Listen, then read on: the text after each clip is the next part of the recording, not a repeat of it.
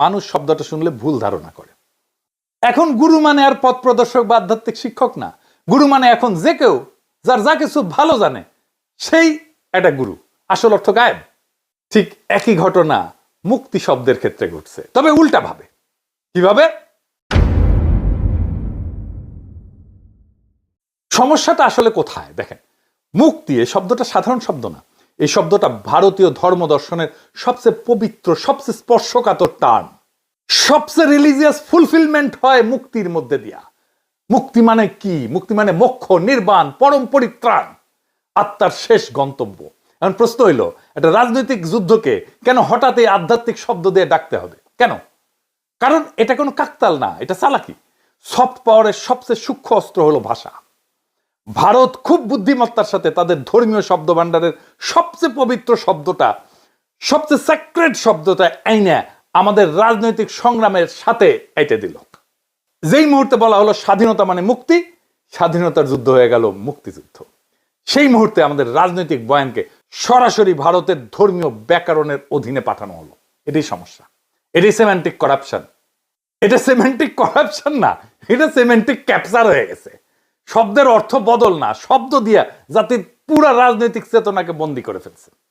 ধরেন গুরু শব্দটা যদি সস্তা টাইটেল হয়ে যায় তো খুব একটা ক্ষতি নাই, কিন্তু মুক্তি শব্দের ক্ষেত্রে ক্ষতি অনেক। এখানে শুধু শব্দের মর্যাদা নষ্ট হয়নি, আমাদের জাতীয় পরিচয়কে এই ভারতীয় ধর্মতত্ত্বের অধীনস্থ করা হয়েছে। কারণ মুক্তি মানে মোক্ষ। মুক্তি মানে ভারতীয় আধ্যাত্মিকতার হৃদয়, যেখানে আত্মা বাঁচে, কর্মফল ভাঙে, জন্ম মৃত্যুর চক্র থেকে একজন মানুষ মুক্তি পায়। এখন ভাবেন, এই শব্দে যদি আমাদের স্বাধীনতার ইতিহাস লেখা হয়, তাহলে স্বাধীনতার মালিকানা কার হাতে যায়? আমাদের হাতে থাকে না ভারতীয় ধর্মতত্ত্বের হাতে থাকে? আমাদের তো থাকে না, কারণ মুক্তির ধারণা তো আমাদের না, তাদের ধারণা। শব্দের শিকড়ই তো তাদের, সুতরাং ন্যারেটিভও তাদের হয়ে যায়। এটাই তো উদ্দেশ্য ছিল, আমাদের রাজনৈতিক জন্মকথাকে তাদের ধর্মীয় কল্পনার ভেতরে বন্দী করা। তাই আমি পরিষ্কার বলছি, মুক্তি স্বাধীনতার শব্দ না, মুক্তি ভারতীয় ধর্মতত্ত্বের শব্দ। এই শব্দ দিয়া আমাদের ইতিহাস লেখা মানে স্বাধীনতা না, সাংস্কৃতিক অধীনতার ইতিহাস লেখা। এইবার আসেন বুঝে দেখি কেন এটা বিপজ্জনক। মুক্তি এবং স্বাধীনতাকে মিশায় দেওয়া, এর আসল বিপদটা কোথায়?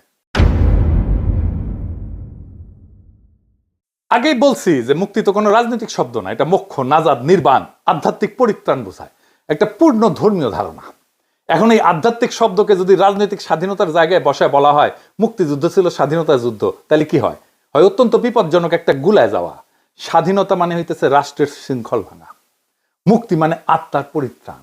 স্বাধীনতা একটা জাগতিক ঘটনা, আর মুক্তি একটা পরকালের ব্যাপার, একটা রাজনৈতিক আর একটা ধর্মীয়।